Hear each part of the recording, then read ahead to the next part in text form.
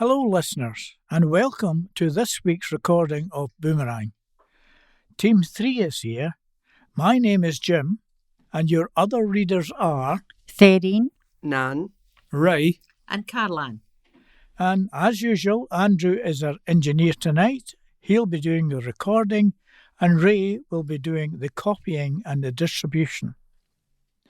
The news this week is taken, with permission of course, from the West Lothian Courier, dated Thursday the 25th of June, and we are recording this on the 25th of June. We might take the odd anecdote from the Reader's Digest, but usually Ray will have a poem or two or something to spark us off. As usual, the recording this week has been divided into 4 sections. And right at the start, can I remind you that when you have listened to the whole recording, please post your wallet back to us from a post box and not from the post office. So, off we go. We will start the first section with some general news. Funding boost for Lifeline food charity. A vital community food project supporting thousands of people experiencing food insecurity in West Lothian has received new funding to continue operating. West Lothian Food Bank, SCIO, has been awarded £24,453 to support the ongoing development of the West Lothian Food Bank Garden, which grows fresh, seasonal produce for distribution alongside emergency food parcels. The funding has been provided through the Pattis Hill Wind Farm Community Benefit Fund, delivered by Scottish developer On Path Energy and administered by the West Lothian Development Trust. The garden has been described as a local lifeline for people experiencing food insecurity, helping to promote healthier home cooking while also supporting physical and mental well-being. It includes 335 raised beds, 3 commercial-sized polytunnels and almost 100 fruit trees, with a capacity to produce up to 10 metric tonnes of fruit and vegetables each year. Kathleen Neely started volunteering for the food bank while she was recovering from bowel cancer in 2012. She is now the manager of the project. She said, "If we didn't have this funding from On Path Energy, we wouldn't have a garden. We do a 5-day pack of food with fresh fruit and veg, and giving those to somebody is like giving them dignity in a bag." Located near West Calder, Pattis Hill Wind Farm is a 14 NW renewable energy product which has been generating electricity since 2010 and provides around £70,000 each year in community benefit funding for local projects. The funding helped employ a lead gardener with the skills and experience to create and deliver a food growing plan designed to maximise the garden's capacity. The lead gardener is supported by a garden assistant, helping ensure the site is well maintained and able to produce as much fresh food as possible. Michael Newton, sustainability developer at On Path Energy, said, "The West Lothian Food Bank Garden is a powerful example of how community funding can deliver practical, meaningful support where it is needed most. By helping the food bank grow fresh, seasonal produce locally, this project is not only supporting people experiencing food insecurity, but also promoting healthier choices, reducing food miles, and creating opportunities for volunteers to build skills and confidence." Pattis Hill Wind Farm has a long-standing connection with the surrounding communities, and we are proud that its Community Benefit Fund is helping support a project with such wide wide-ranging social and environmental value. This is exactly what our On Path Together approach is all about. Supporting initiatives which are locally led, rooted in community need, and designed to create long-term benefits for people and place. The Food Bank Garden also provides structured volunteering opportunities for people who are furthest from the labour market, helping them develop skills, confidence and experience that can support their journey into work. Volunteers play a key role in sowing, growing, harvesting and maintaining the garden, ensuring fresh, nourishing produce reaches local people who need it most. In the 2023-24 financial year, West Lothian Food Bank distributed more than 105,000 kilograms of food donations and 6,000 kilograms of fresh produce, supporting more than 8,500 local people experiencing food insecurity. A total of 31% of residents in West Lothian live in areas that fall within Scotland's 3 most deprived areas. According to Kathleen, however, people from all backgrounds sometimes rely on the food bank for help. She added, "It really can happen to anybody. I think about the mum that had 3 teenagers and was working 3 jobs. She had to pay a big gas bill and it just tipped her over the edge. She came to us before we were even open because she needed food before going to work. Then we've had somebody at the door with a Range Rover because they went to work on a Friday and everything was fine and went back on Monday and it was boarded up. He said, I know I need to sell my car, I know I need to sell my house, but right now I just need food. People just don't have savings now and it only takes one thing to go wrong." The West Lothian Development Trust was established to administer and manage funding received from wind farm developments in West Lothian. June Close, chairperson of the West Lothian Development Trust, said, "The work of the West Lothian Food Bank not only meets all of our own objectives, but contributes to part of a national organisation working across the UK to combat hunger and poverty. The project is a great example of a staff-led initiative supported by business partners and a large network of volunteers, and I was delighted to visit and witness firsthand the fantastic work they do. This is a truly inspiring initiative that is making a tangible difference to people's life, strengthening the community and providing hope and support to those who need it most. To find out more about On Path Energy, visit www.onpathenergy.com. Nursery Net's top marks from care inspectors. Windenow Primary School Nursery has received excellent praise from the Care Inspectorate.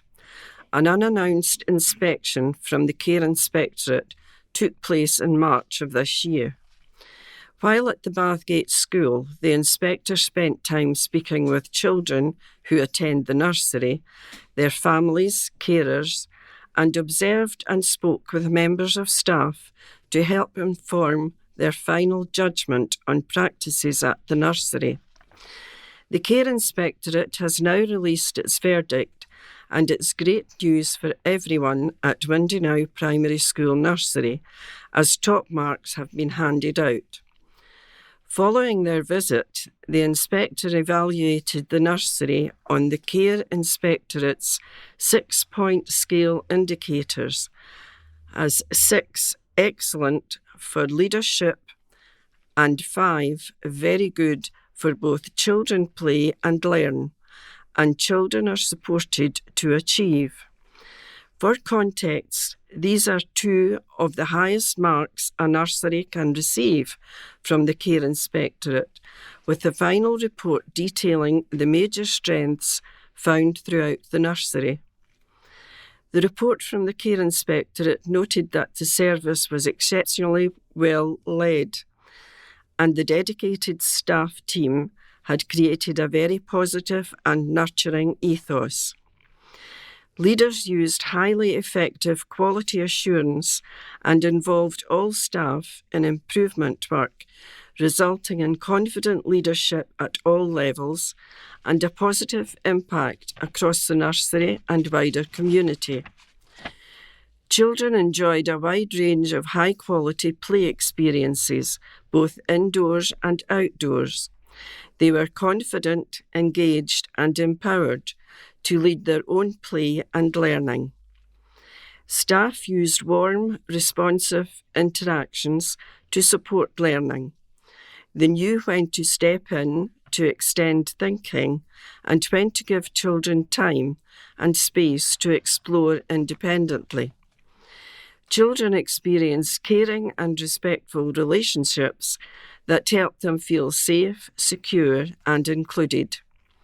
Staff showed genuine care and love and used well-being tools and rights-based approaches to support children to understand and express their feelings. Personal plans were clear and up-to-date, with strong involvement from families. Staff knew children well and used this information to provide consistent support that met individual needs. Windenow Primary School and Early Learning Centre head teacher John Cloherty said, "We are very pleased with the outcome of the inspection from the Care Inspectorate. This is a true reflection on the excellent commitment of the nursery staff who go that extra mile for our children on a daily basis and who are a privilege to work alongside.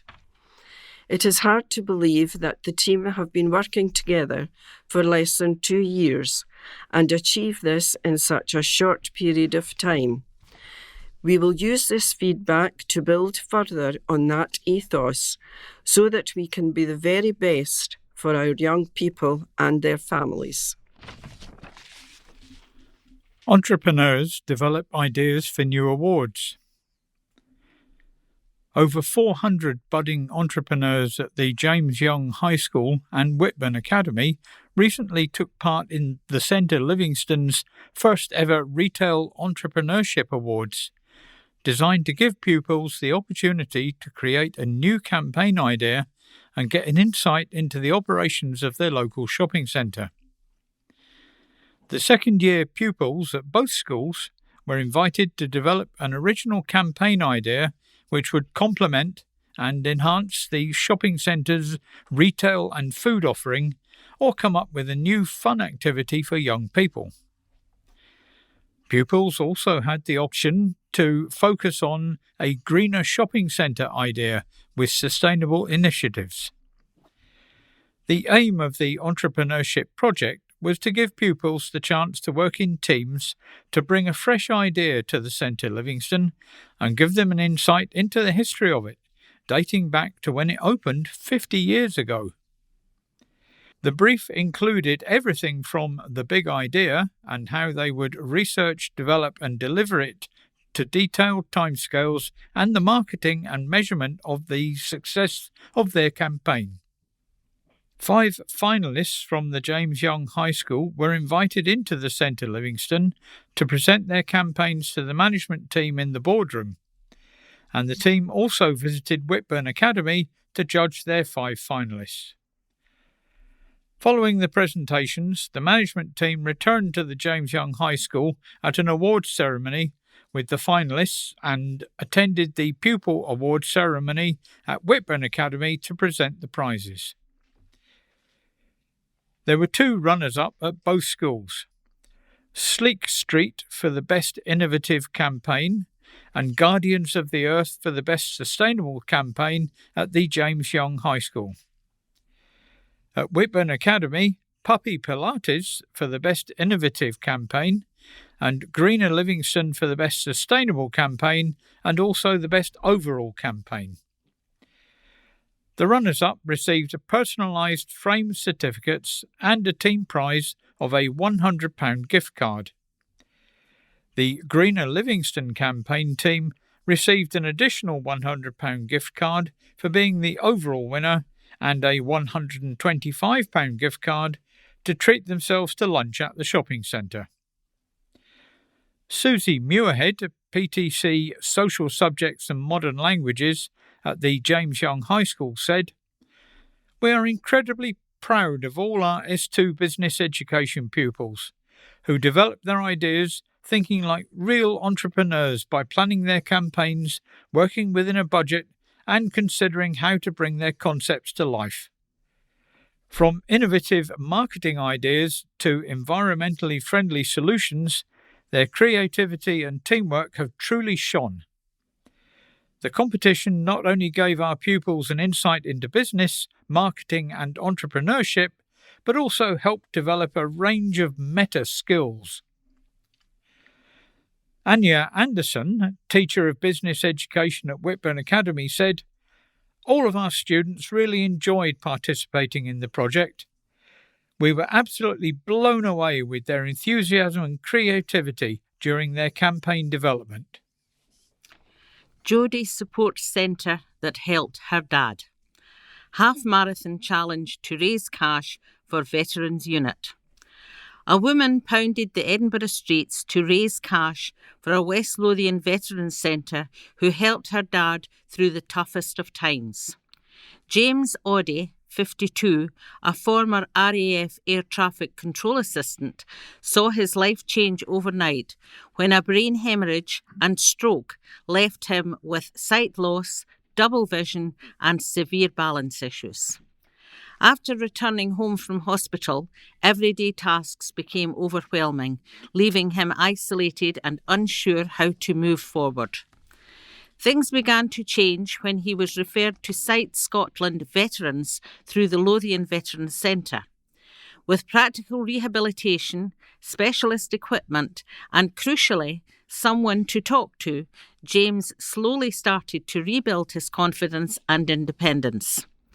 Since then, the support he has received has helped him regain his confidence and independence, with attending the Linburn Centre in West Lothian, proving to be a real turning point.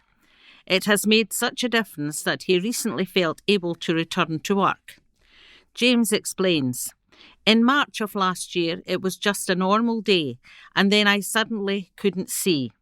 I managed to phone my partner before passing out, and that is what probably saved my life. I was in the hospital for 3 weeks. I had to learn to walk and see again. It was a long road. I didn't really know what life was going to be like.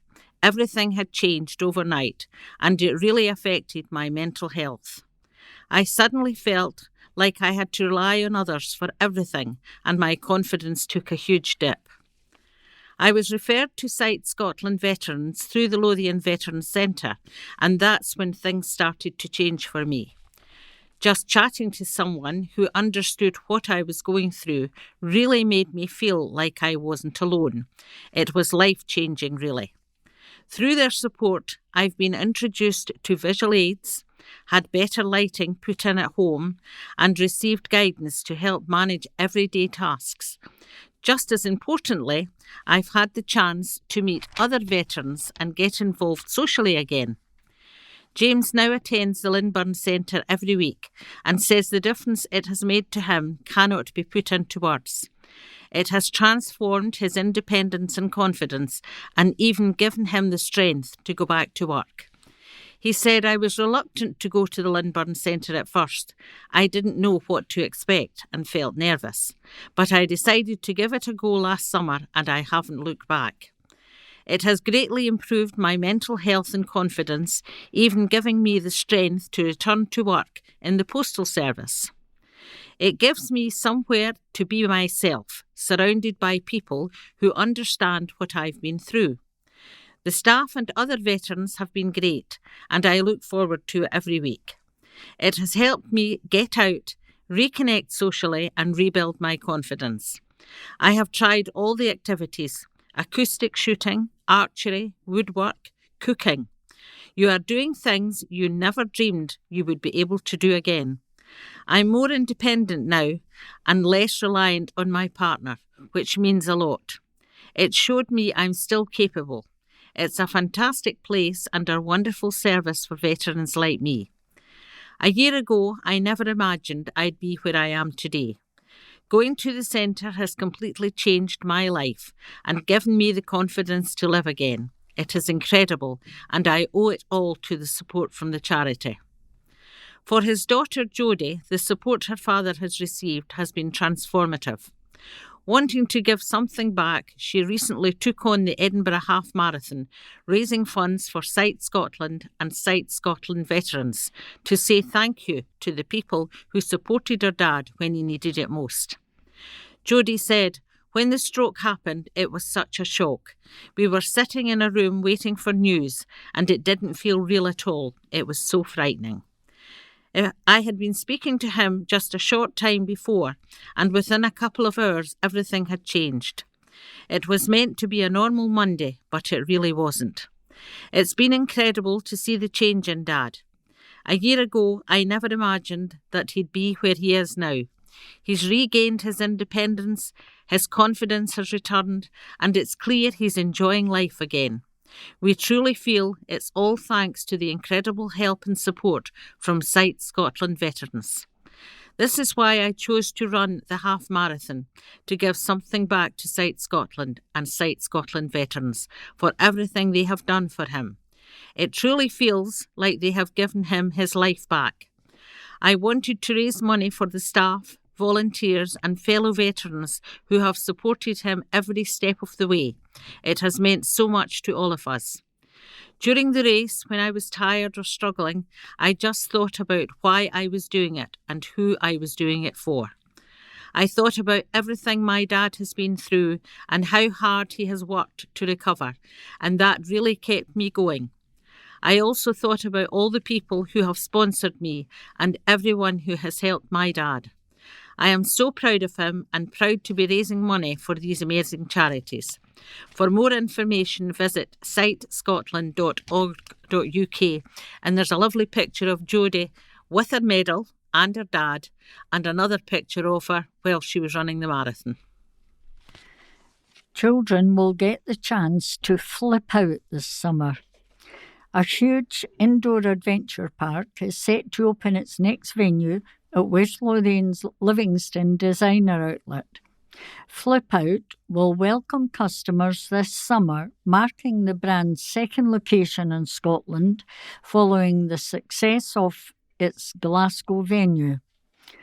The 20,000 square foot attraction will open in time for the school summer holidays and will feature a range of family-focused activities, including trampolines, ninja tag, inflatables, soft play, a roller rink, arcade games, party rooms, and an on-site diner. Richard Bees, co-owner of We Do Play, which operates Flip Out, said, "We are incredibly excited to officially confirm that Flip Out will be opening at Livingston Designer Outlet this summer. Following the fantastic response to our Glasgow venue, we can't wait to bring another high-energy Flip Out experience to families and thrill seekers in Livingston. Livingston Designer Outlet is the perfect location for us with its strong family appeal and position as one of Scotland's leading retail and leisure destinations. We're looking forward to welcoming guests through the doors very soon." Michelle Whitelaw, Centre Director at Livingston Designer Outlet, added, "We're thrilled to be welcoming Flip Out to Livingston Designer Outlet this summer. It's a fantastic addition to our family and leisure offering and brings another exciting experience for our guests to enjoy alongside shopping, dining and the cinema. We know our visitors are looking for more than just a shopping trip, particularly during the school holidays. So bringing a brand like Flip Out to the outlet is really exciting. We can't wait to see families enjoying the new space when it opens." Kids complete Walking World Cup Challenge. But I would walk 4,681 miles, and I would walk 4,681 more. Blackburn Primary School, Hopefield Nursery, Murrayfield Primary and Nursery, Our Lady of Lourdes Primary, Connolly School Campus and Pinewood School took part in a joint World Cup walking challenge this week. The schools and nurseries walked the distance between Blackburn Cross and the Hard Rock Stadium in Miami before the Scotland team get there on the 24th of June. To complete the challenge, they walked 4,681 miles between them. Siannon Ramsey, principal teacher from Blackburn Primary School, said, "We wanted to reach our target before the Brazil game, so we're delighted to have completed it so soon. The children are all delighted to have achieved this between all the schools and will celebrate with a huge fun day on Wednesday before the game against Brazil. Children, families and staff have been out walking and recording their miles. This has been a fun way for us to work together as a community, get children and families out and about, promoting the health benefits of walking and build on the momentum and excitement of Scotland being in the World Cup." Lorraine named as local hero. Lorraine Gillies has been selected as Almond Valley's local hero for the opening ceremony of Session 7 of the Scottish Parliament, following a public nomination recognising her outstanding service to communities across West Lothian. Throughout her career and voluntary work, Lorraine has dedicated herself to supporting vulnerable people, strengthening communities and promoting inclusion. As Senior Manager at Cyrenians West Lothian, Chair of the Open Door Accommodation Project, and through a range of leadership and voluntary roles, she's made a lasting difference to the lives of many local residents. Her commitment to public service extends beyond West Lothian through her involvement with Community Justice Scotland, the Scottish Community Safety Network, and the Independent Working Group on Antisocial Behaviour. She also gives her time as a trustee and volunteer with West Lothian Riding for the Disabled, Chair of the scheme Livingston, Board Member of Donaldson's Trust, and Patron of West Lothian Community Race Forum. Lorraine said, "I'm a strong believer in the power of community, volunteering and local democracy. I'm delighted to be nominated and even more delighted to be accompanying Angela to the state opening of the Scottish Parliament." Almond Valley MSP Angela Constance added, "I'm delighted that Lorraine has been recognised as Almond Valley's local hero. Her commitment to supporting others, strengthening communities and championing inclusion has touched the lives of countless people across West Lothian.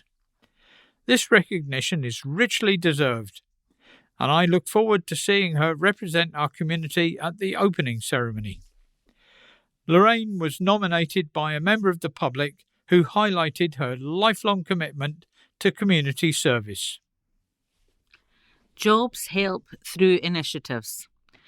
West Lothian Council will spend almost $3 million in the next year on a range of Holyrood-sponsored employment initiatives. The No One Left Behind funding is aimed at hard-to-reach groups, including young people, parents, and those with disabilities. Key to different projects is removing barriers for work for those who have previously struggled because of disadvantages.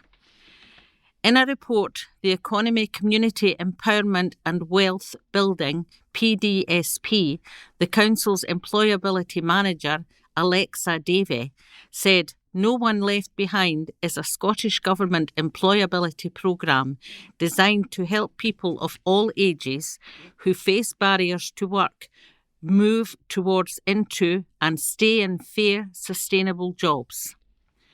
The main objectives of the programme are to reduce inequality by providing employability services to those who are unemployed and furthest removed from the labour market, and to reduce levels of child poverty by supporting parents to increase their income from employment.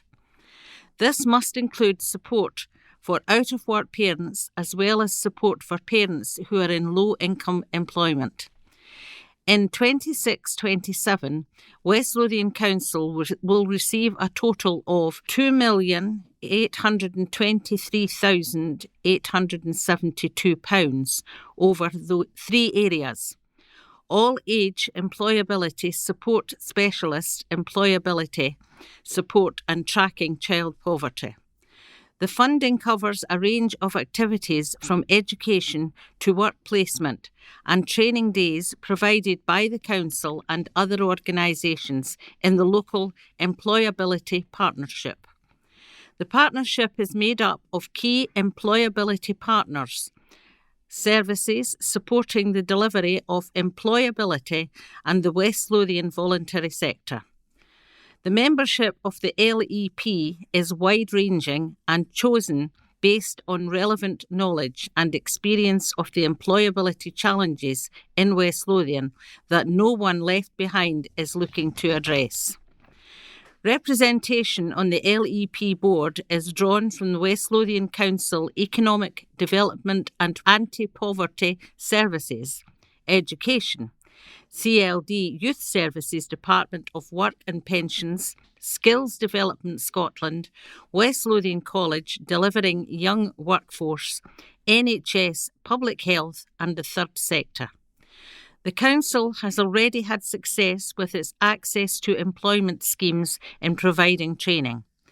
The Advice Shop also offers practical help to families increasing parental engagement with employability provision and provides tailored Better Off in Work benefit assessments.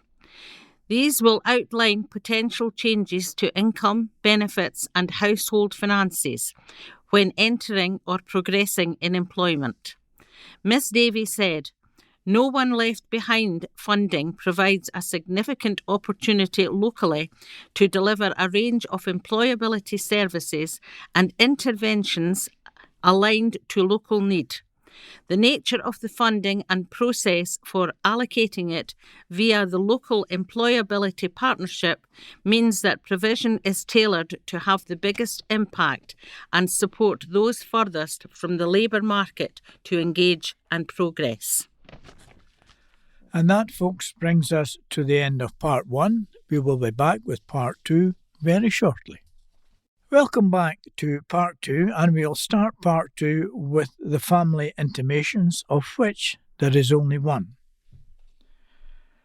John Ernest Hamilton, known as Hammy, 8/9/1966 to 11/6/2026.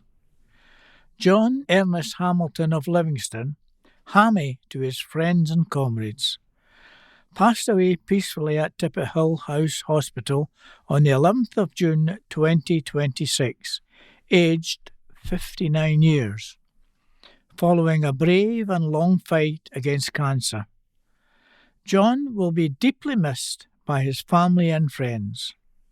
John was a soldier who had a long, exemplary military career, undertaking a number of operations. And that's the end of the intimations. We'll carry on with some more news items. Joe's life is marked. Lothian's West Labour MSP Jenny Young led a members' debate at Holyrood, marking the 10th anniversary of the death of Joe Cox.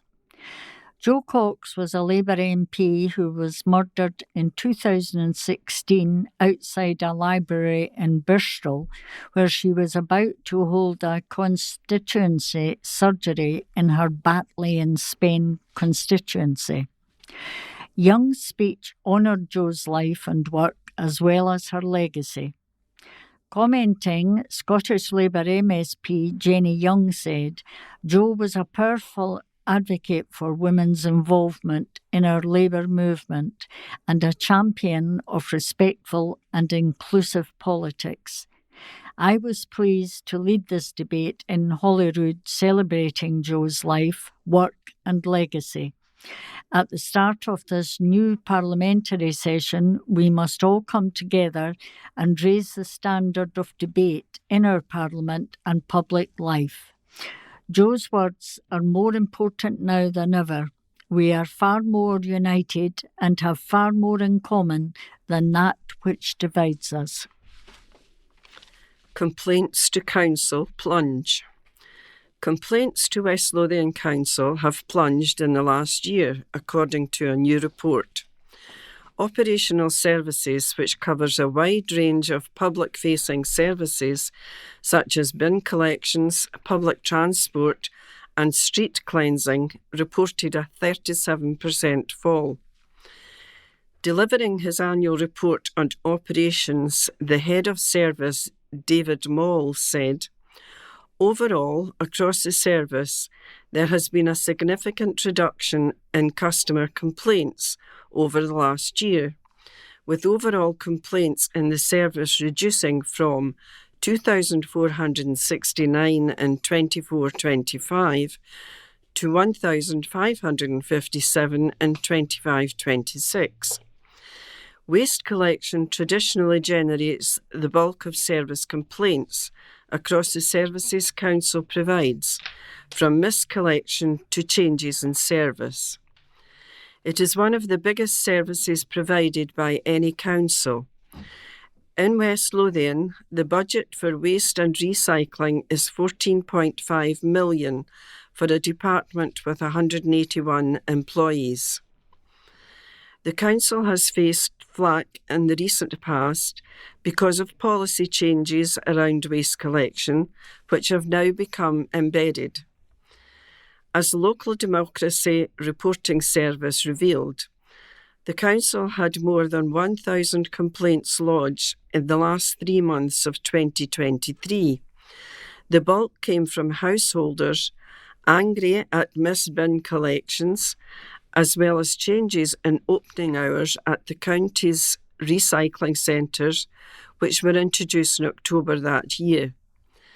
The number of complaints plummeted by 400 within a year, down to a range of factors including milder winter. 2 early drivers of complaint were the cut in operating hours of the council's community recycling centres and the introduction of charges to uplift garden waste. The service is responsible for the collection and environmentally responsible management of all household waste. This includes waste collections to over 87,000 households. Huge home plan gets green light. Plans to build almost 3,000 homes on farmland near the Five Sisters at West Calder have been given the green light by councillors. The long-awaited application for permission in principle for Gaviside Farm on the western fringe of Livingston was welcomed by West Lothian Council's Development Management Committee. Happy to support the long-term development of the area, local councillor Pauline Clark echoed the reservations of some objectors who expressed concerns about the impact 2,800 homes would have on existing transport and healthcare infrastructure. Developers Persimmon Homes stressed the new core development area was a long-term plan, taking 20 years to complete and would develop. The 44-acre site straddles the B7015 north and south and is west of Livingston and north of Polbeth/West Calder. The site has long been allocated as a core development area for housing development, but the CDA will also contain a primary school for up to 693 children, a village centre with shop units, and there is also space for light industrial units. Detailed plans have yet to be approved, but work is expected to start on the first phase in 2028. The first phase will see 500 homes built north of the existing B7015, along with the start of the village centre and substantial infrastructure improvements to the roads and footpath network. Gavyside Bridge on the B7015 will be replaced with new active travel links and pathways connecting the area to West Calder railway station and to the Simpson Parkway junction in Livingston. An internal link road will also connect the new housing from the B7015 to Moss End Road. After the completion of the initial phase in 2033, development will grow around the eastern lee of the Five Sisters in 5 phases until the completion of the new core development area in 2049. The SNP's Willie Boyle told the meeting that concerns had been expressed by existing businesses in Livingston of the effect of the new housing on transport links around the town. He asked whether consideration had been given to a new distributor road which would connect the estate to the toll roundabout in northern Livingston. Neil Martin from Persimmon Homes said, "There are a lot of interventions in road improvements we've been asked to do and will do. At this point in time, there's no justified need for a road going up to the toll roundabout. Times will change. People don't know what's going to happen in 5 or 10 years. As things evolve, the plan will evolve." He added that other CDA plans in East Calder and Winchborough had evolved over time.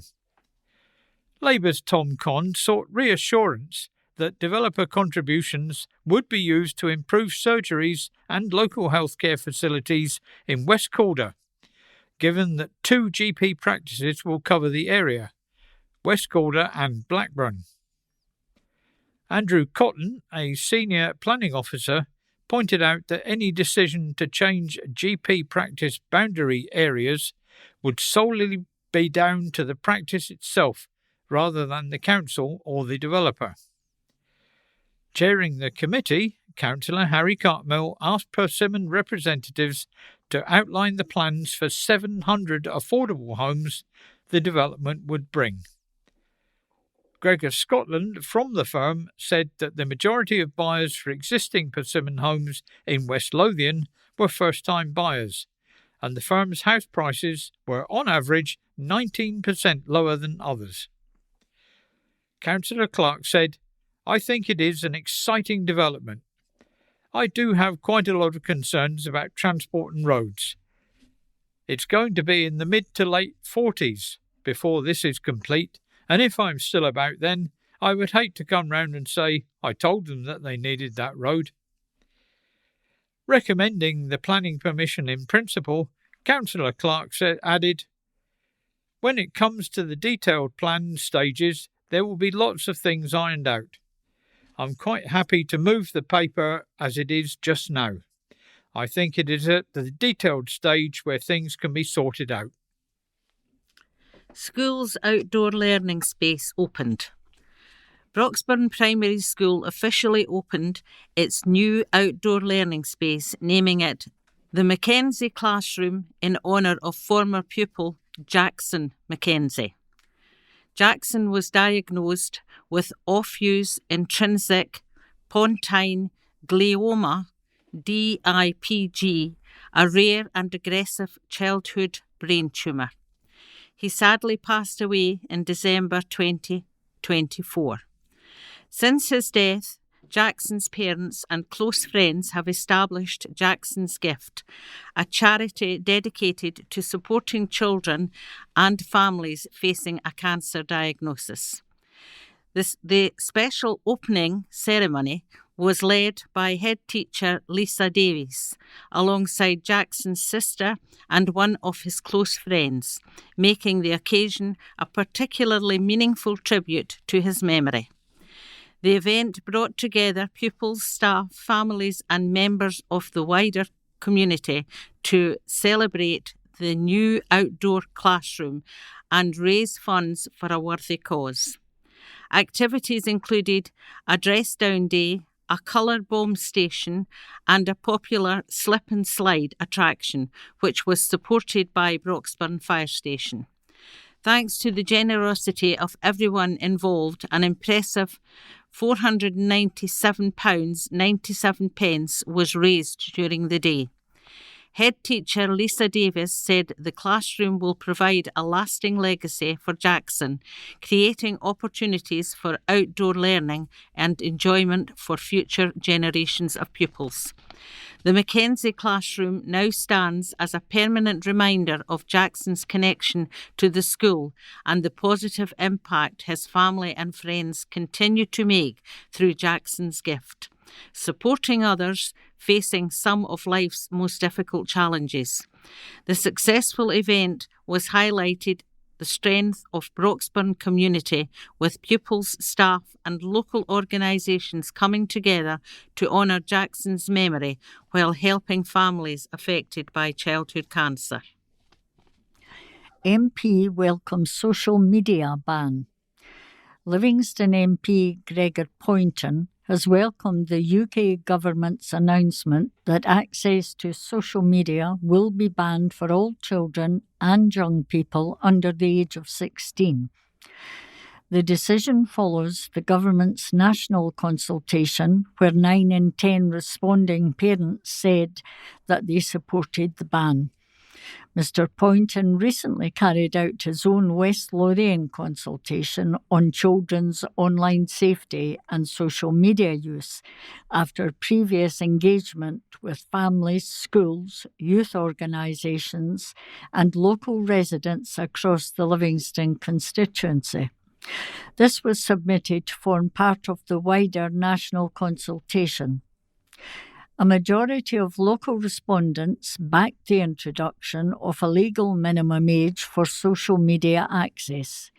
Many also supported stronger restrictions on online features designed to keep children engaged for longer, including algorithms, live streaming, messaging strangers, and location sharing.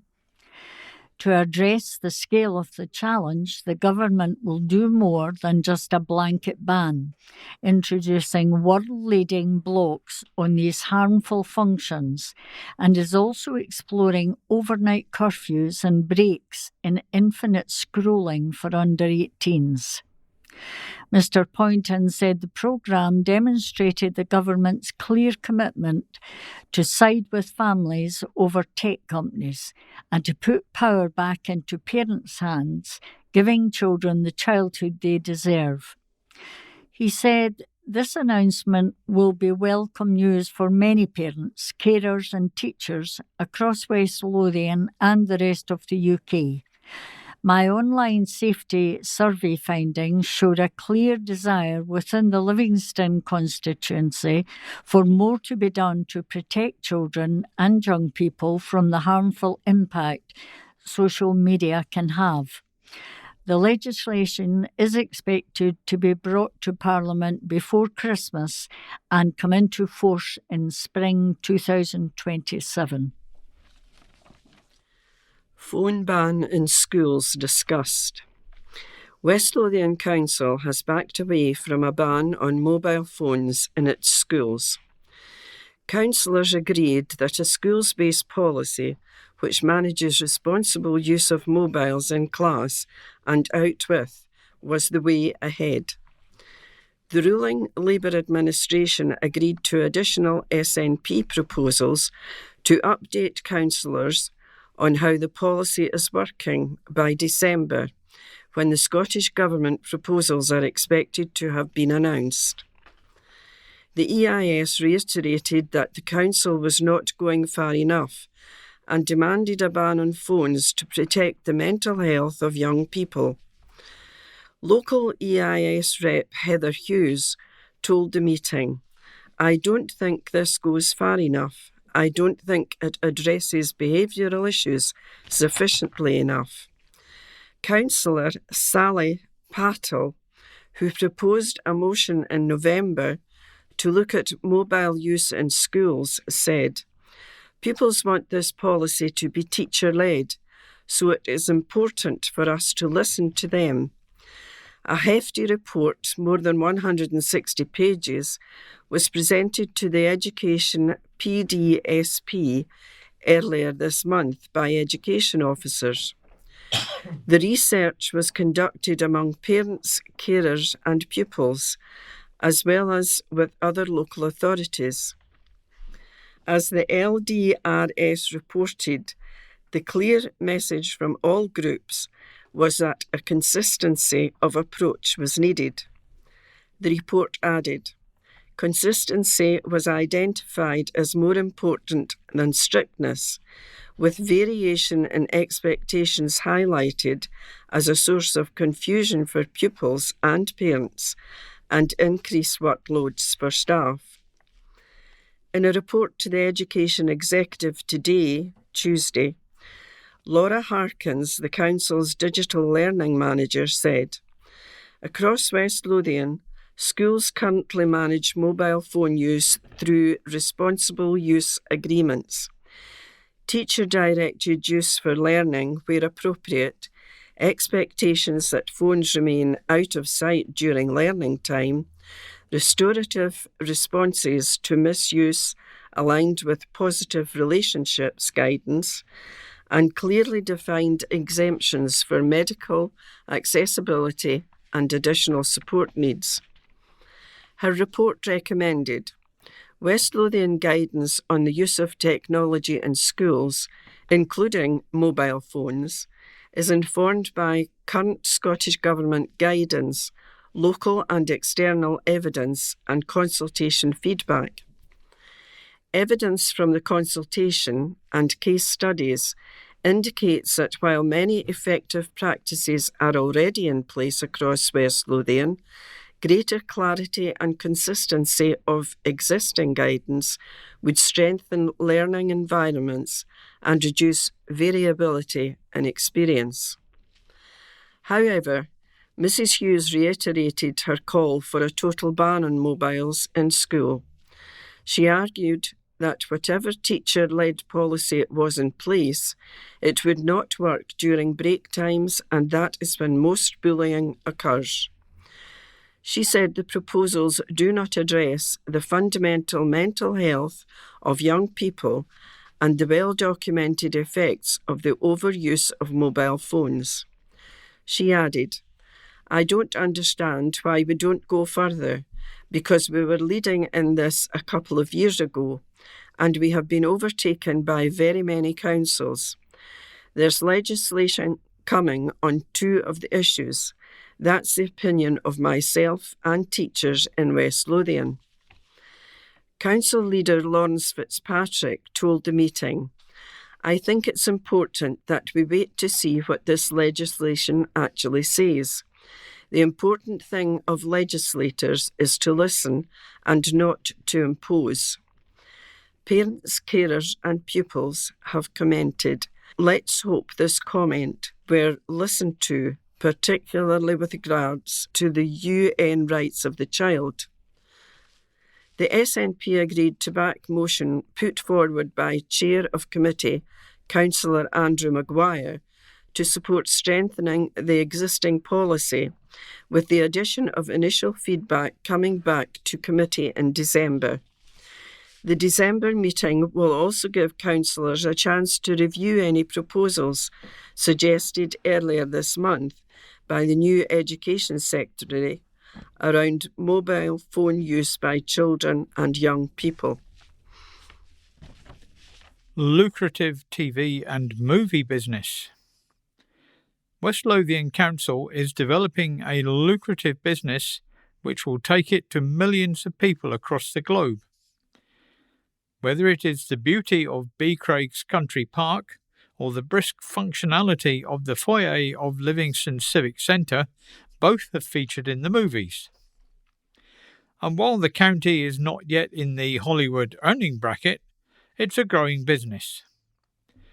Location scouts make frequent requests to use council venues and areas around the county for film and TV. The growth of independent production comes on the back of booming TV streaming services. A report to Linlithgow's local area committee said, Park Rangers are processing a filming request for an independent short film shoot to take place in Beecraig Country Park. That prompted a question from Councillor Pauline Orr about earnings. Countryside Officer Erwin Hopwood confirmed to the meeting that production companies paid to make use of areas as scenery. A council spokesperson confirmed that the council had earned around £30,000 from location hire. The spokesperson added, "We are delighted that more and more film crews are choosing to make use of the many excellent locations we have in West Lothian. We have welcomed a number of high-profile productions to West Lothian in recent years. These include the likes of Outlander, Trainspotting 2, Damaged with Samuel L. Jackson, and both the Bombing of Pan Am 103 and Lockerbie miniseries. This raises the profile of West Lothian as a filming location nationally and internationally, and generates a small income that can be reinvested back in delivering essential services for local residents. Since 2023, over £30,000 in income has been raised from various film productions." Firms give pupils help with goals. An innovative education programme that gives pupils in Winchborough the opportunity to become involved in all aspects of the development of their community has been boosted by the support of a major house builder in the area.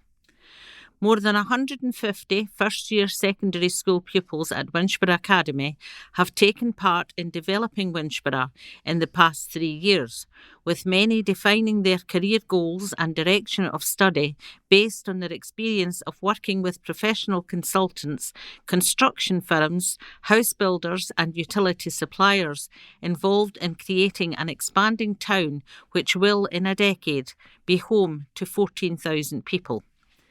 This year, Lovell, the house builder, delivering a 176-home mixed tenure development at the heart of the emerging town centre, has offered its support by dedicating 6 members of staff to the programme. 60 first-year pupils from Winchborough Academy will, across the 6-week programme, receive a detailed insight into all the work that goes into placemaking, as well as into what it takes to work in the jobs required to deliver a vast master plan like that in their hometown. Masterclasses, workshops and site visits for pupils will be delivered by planning consultants, media specialists, architects, engineers, lawyers, landscape architects, ecologists and master planners. Winchborough Developments Limited, who lead the development of Winchborough and created the schools programme. Hailing the success of the programme, Penny Lochhead of Winchborough Development said, "This partnership programme's primary goal is to motivate the upcoming talent in Winchborough by introducing them to various career paths. They can witness these opportunities firsthand within their own community as it undergoes significant development. We are so grateful to our diverse consultant teams who give their time to this programme each year. This year, Lovell have joined us and we are delighted they have committed to a 3-year involvement in the programme. We will offer a variety of site visits across Winchborough, and one of those will be to the Lovell site to gain first-hand knowledge and insight into the skills and rules in housing developments, from laying foundations to health and safety and house sales. Success for this initiative means inspiring even a single student through the people they meet and the experiences they have here.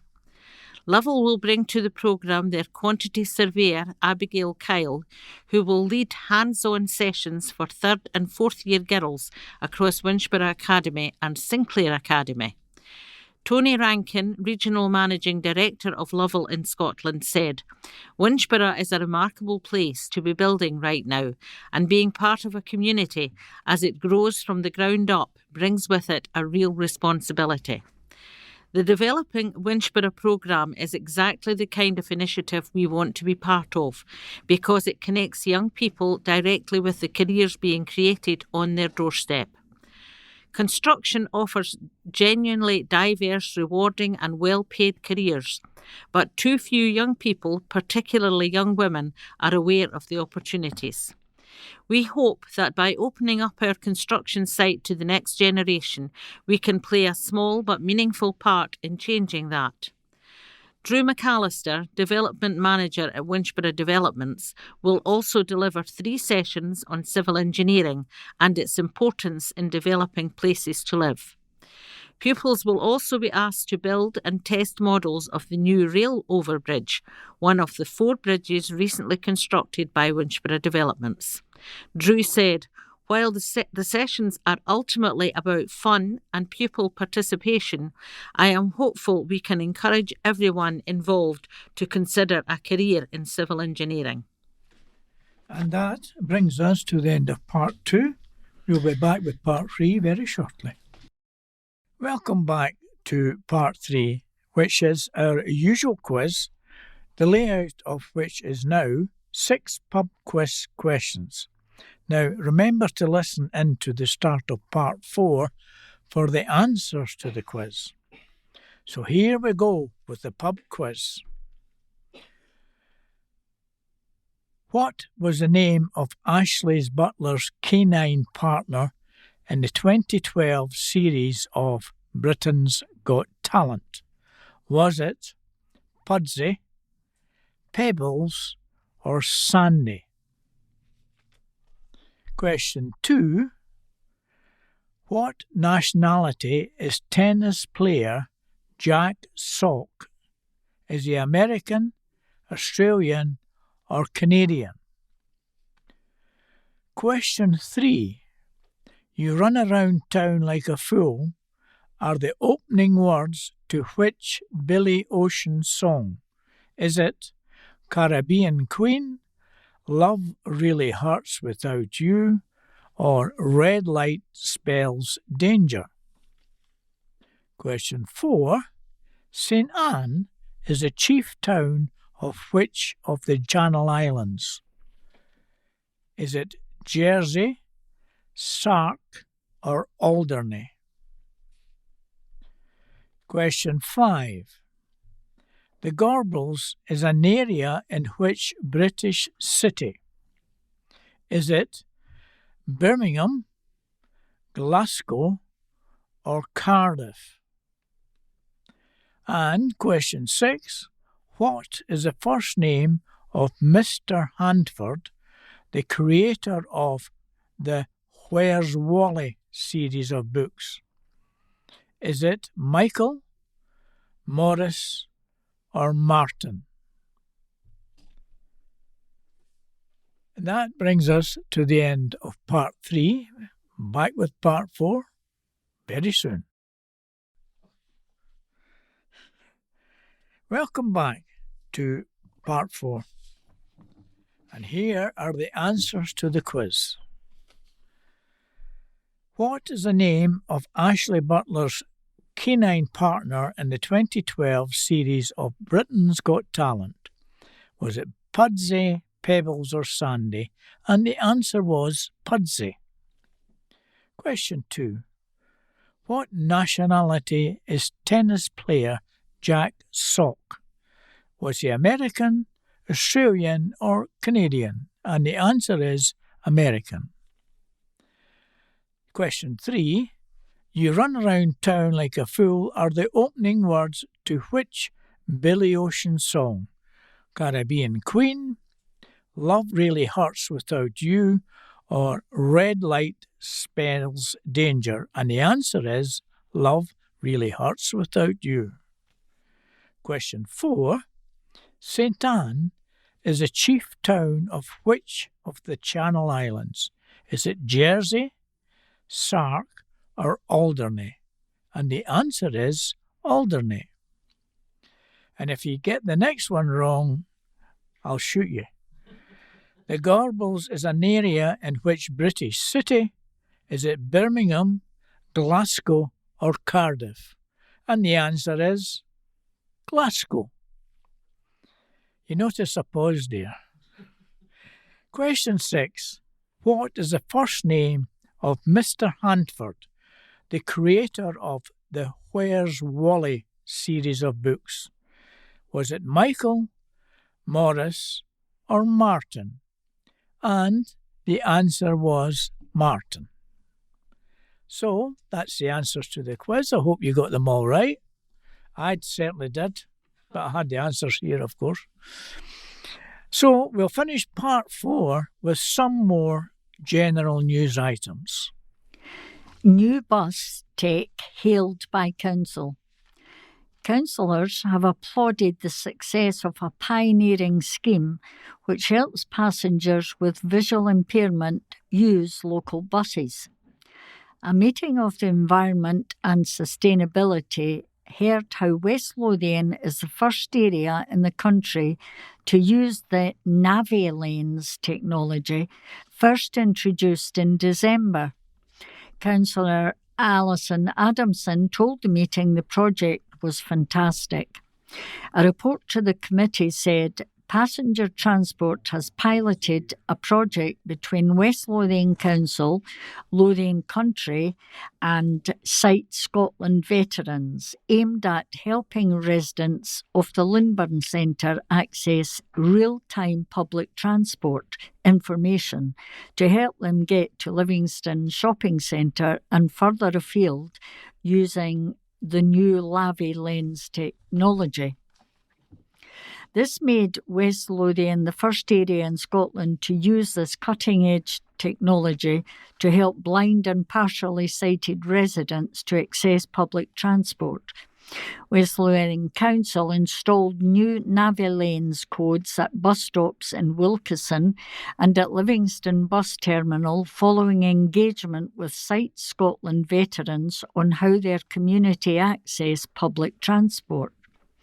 The engagement found that the use of apps employing AI was a key contributor in assisting users to undertake simple tasks effectively, making day-to-day life easier for them. Navi-Lanes codes are similar to interactive colourful QR codes, which blind or partially sighted users can scan with their smartphones. This then provides users with real-time audio with transport information, such as a bus service and the estimated times they will arrive at the stop. It can be used to provide information on local infrastructure and facilities that surround them, making it easier for them to make their way around public places. Jason McMillan, Assistive Technology Lead with Sight Scotland Veterans, said, "They are colourful QR codes that not only give visually impaired travellers instant access to real-time public transport information via their smartphones, but they also guide them to the bus stop within 20 metres, which can be extremely helpful. This is a major step forward, making travel more inclusive and independent for the veterans who use our Lindburn Centre and for visually impaired people across West Lothian. By working with West Lothian Council and Lothian Country, we are enabling our community to reach destinations like Livingston Shopping Centre and beyond with greater freedom." At the launch of the scheme in December, Callum Welsh, Information Infrastructure Manager, Lothian Country, said, "We were delighted to work with the Council and Sight Scotland veterans to help to introduce Navi-Lanes codes to bus stops as part of this pilot scheme. Promoting accessible travel information is a key priority for us, and this project strengthens our commitment to enhancing the accessible customer experience across all aspects of our services." Responding to a report on bus service development, Councillor Adamson told the meeting, "The Linburn story is fantastic news, and it's good to see that West Lothian is leading the field. So all in all, it's quite positive. So thank you very much." Passenger transport officers in West Lothian have continued to explore opportunities for digital innovation and improved data analysis using Power BI, a business data platform that allows easier visualization of data to improve management information from contract management and financial management systems. This will allow the service to analyse trends in passenger demand, identify the most frequently used routes and stops, and better understand network usage. The service is also starting to develop the use of mobile phone movement data through the Workforce Mobility Project to gain a better understanding of travel patterns, supporting transport planning, network development, and future service delivery considerations. Teenager left scarred after attack in street. A 16-year-old teenager has been left with stitches in his cheek and a broken eye socket after an alleged hammer attack in Livingston.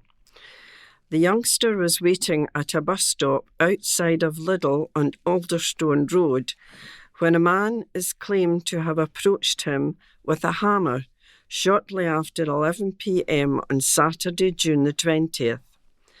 His dad said his son is shaken by the incident and that he suffered 4 serious injuries to his face during the ordeal. The family have contacted the police, who are investigating the serious assault, and have encouraged anyone with information to get in touch by calling them on 101 and quoting incident number 0992. In an image shared with Edinburgh Live, the youngster appears to have serious bruising around his eye socket, as well as stitches on his cheek. His father said, "My son was attacked last night outside Lidl. He was just minding his own business, waiting on a bus home, when a man came and attacked him with a hammer. He was seriously injured on the right side of his face. They have broken his eye socket as well as in 3 other places on his head. He will have to have an operation, but for now they have put in stitches. The man came out of nowhere and did this to him while he was trying to get home." Police Scotland spokesperson said, "We are investigating a serious assault in the Alderstone Road area of Livingston, which happened around 11 p.m.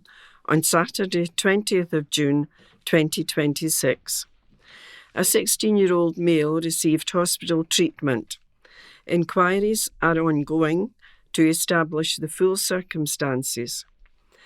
Anyone with information is asked to contact police via 101, quoting incident number 0992 of Saturday the 20th of June 2026. Alternatively, please call Crime Stoppers on 0800 555 111. Ex-factory home plan thrown out. Plans to redevelop a former factory site in Livingston for housing have been rejected. Persimmon Homes had applied for planning permission to redevelop the site of the former Ethicon factory on Simpson Parkway in the heart of Livingston. Agents for the house builder said the plan would help ease the housing crisis in Livingston South, the ward which has the highest demands for council homes. A quarter of the proposed 168 homes earmarked for the site would have been made available to those on the housing list. Planning officers stressed that the site in Kirkton, Livingston, was zoned as employment land and should be maintained as such. Senior Planning Officer Gillian Cyphers, said in the report to the Development Management Committee, the proposals relate to the redevelopment of a brownfield site within the Kirkton campus employment area of Livingston for the construction of 122 houses, 46 flats and 5 small commercial units which provide the facility for local shops and a unit set aside for community use. Mrs. Cyphers said that the new local development plan, expected to be adopted in 2028, could include a policy to convert employment land to housing land.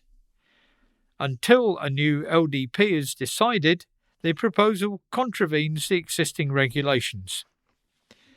The report added, until there is a change in allocation in LDP 2, which has not yet been published, then the application is premature and the site cannot be considered in the right location. Agents for Persimmon said that if the application was accepted by the DMC now, the homes could be built and available to those on the housing list by 2030. The Ethicon plant, which manufactured medical supplies for the American firm Johnson & Johnson, closed in 2019 and the site was cleared. Property agent Colliers has been marketing the site since that time with no tangible interest coming forward. The site is bounded by trees, and Persimmon said the plan included bungalows, flats and houses. The report said, the application is for housing on a brownfield site within the Kirkton campus employment area of Livingston. Whilst it is technically possible to develop the site for housing, and the application has provided a design and layout which is acceptable, the principle of utilising the site for residential rather than employment uses is unacceptable. Ian Martin and Gregor Scotland from the developer addressed the committee and stressed that across West Lothian, the majority of its homes sold to local people. The affordable homes would be made available to those on the housing waiting list. Persimmon agreed to make contributions to cover schools development. The local Livingston Village Community Council had voiced no objections to the planned housing, but had raised concerns at the lack of bus services running through the Kirkton campus site. Councillor Willie Boyle told the meeting that he could not support the proposal. Chair of the DMC, Councillor Harry Cartmill, told the meeting, I know the site well. I take on board what planners and other members have said, and I would support the officer's recommendation to refuse. No alternative position was put forward, so the application was refused. Beloved carer Anne is presented with her BEM. A West Lothian woman has received her British Empire Medal for her hard work across the charitable sector. Carers of West Lothian, COWL, was proud to welcome guests, partners and supporters to Sycamore House for the formal presentation of the BEM to Chair Anne Pike in recognition of her exceptional service. Held during Carers Week, the event carried added significance, shining a spotlight not only on Anne's remarkable achievements, but also on the vital role played by all unpaid carers. Moira Niven, Lord Lieutenant of West Lothian, presented the award. Anne's BEM recognises decades of commitment, leadership and advocacy on behalf of unpaid carers, disabled people and community organisations. Throughout her time with Cowell and beyond, she has played a central role in shaping support services, strengthening partnerships and ensuring that the voices of carers are heard where it matters most. Anne has been instrumental in helping organisations like Cowell grow and respond to the needs of the community.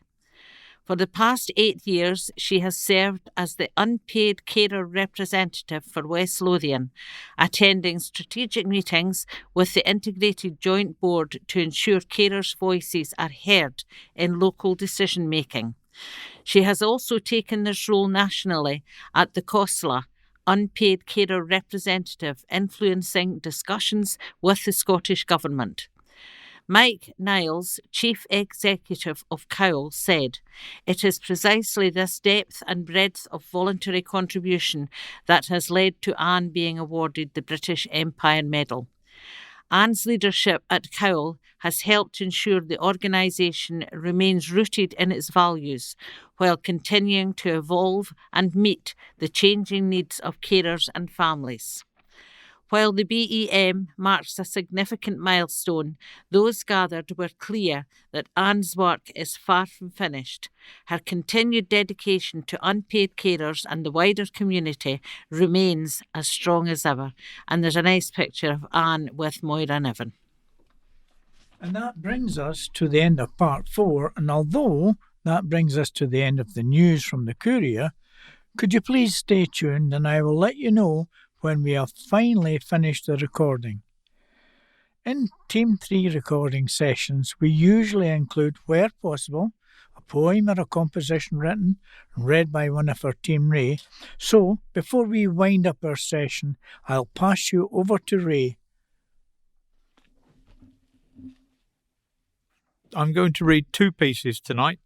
The first is called A Lifetime of Learning. When I left school in 71, I really had no clue that learning things would still go on and last my whole life through. Yet every day that I draw breath, a new thing comes along. A word, an image, or perhaps a line in some old song.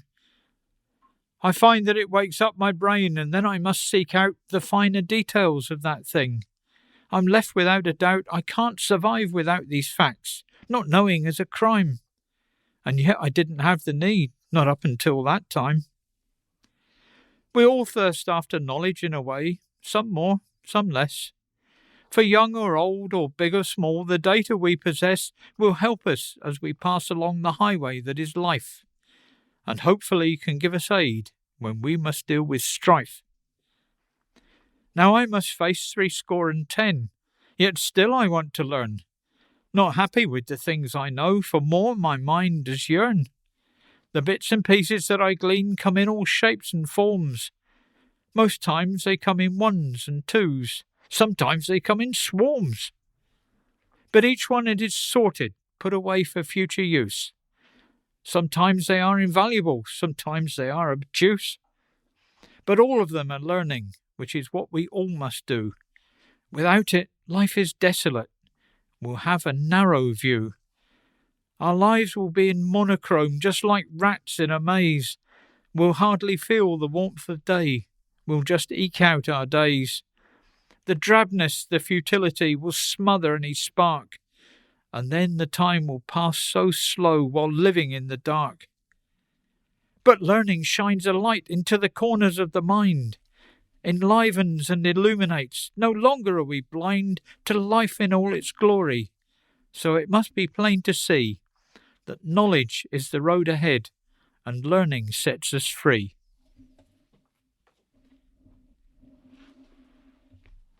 The second piece I'll read is I wrote after a particularly traumatic personal event. It's called The Approach to Salisbury. His spirits were high on that late spring afternoon as he drove through the verdant Hampshire countryside. The sky was blue, with large white cotton wool puffs of cloud being blown across on a relatively modest breeze. He'd taken a diversion onto a smaller road, much to the intense annoyance of the nice lady in his sat-nav, as he was approaching familiar territory. It was hard to believe that this used to be a main artery from London to the southwest. The road was as straight as an arrow, built as it was on an old Roman road. The memories came flooding back unbidden as he drove along between the high hedgerows, bursting with hawthorn blossom, stark against the green of the leaves. He'd spent many years in this area, and although most were pleasant, some of the recollections made him shudder. He gave himself a mental shake. He watched the figures roll by on the odometer. It shouldn't be long now. With his window down, he could smell the rapeseed and saw the bright yellow gaudy slashes in the distance. He could hear snatches of birdsong. His heart was getting lighter with every mile that passed. As he crested a hill, there it was. The spire of Salisbury Cathedral loomed large over the horizon. His heart leapt for joy as suddenly the intervening years fell away, taking him back to his childhood. This was soon followed by a burst of intense sadness, as he no longer had anyone to share this with, and he had to fight back the tears. Salisbury. The end of his trek was close, and it felt like he belonged once more, albeit on a temporary basis. He regained control of his emotions, and the weight began slowly to slip from his shoulders as he approached the city limits. He found that he could breathe again, and it was good to be alive. Thank you very much, Ray. Now, we've come finally to the end of this week's recording, and we hope you have enjoyed it, and I have, especially Ray's contribution. So, when you have finished listening to this recording, can I remind you again to place the USB stick in the wallet, reverse the label so that the cutout corner is at the top right-hand side, and post it back to us as soon as possible. And please remember, wallets should only be posted in a post box. Do not post them in a post office. So, it's goodbye from the members of the team. Ferine. Nan. Ray. And Caroline. And it's goodbye from me, Jim. And goodbye from Andrew and from Ray. Goodbye. Bye. Bye.